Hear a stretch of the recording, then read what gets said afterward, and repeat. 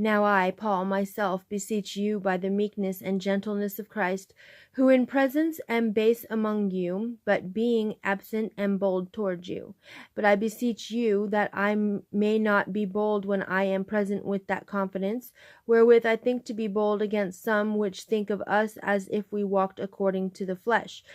For though we walk in the flesh, we do not war after the flesh. For the weapons of our warfare are not carnal, but mighty through God to the pulling down of the strongholds, casting down imaginations and every high thing that exalteth itself against the knowledge of God, and bringeth into captivity every thought to the obedience of Christ, and having in a readiness to revenge all disobedience when your obedience is fulfilled. Do ye look on things after the outward appearance? If any man trust to himself that he is Christ's, let him of himself think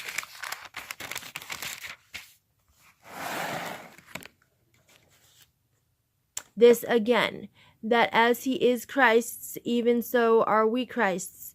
For though I should boast somewhat more of our authority, which the Lord hath given us for edification, and not for your destruction, I should not be ashamed, that I may not seem as if I would terrify you by letters. For his letters say they are weighty and powerful, but his bodily presence is weak, and his speech contemptible.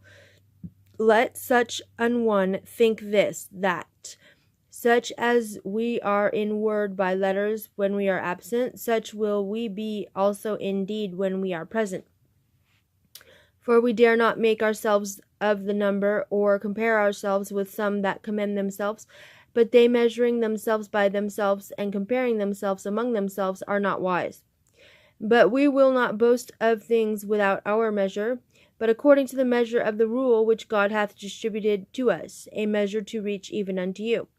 For we stretch not ourselves beyond our measure, as though we reached not unto you, for we are come as far as to you also in preaching the gospel of Christ, not boasting of things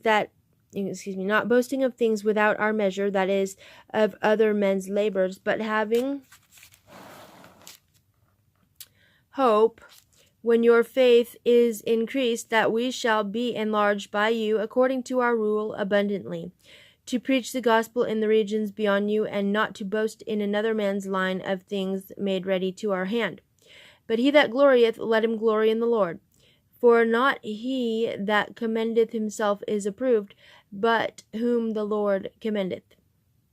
End of 2 Corinthians chapter 10.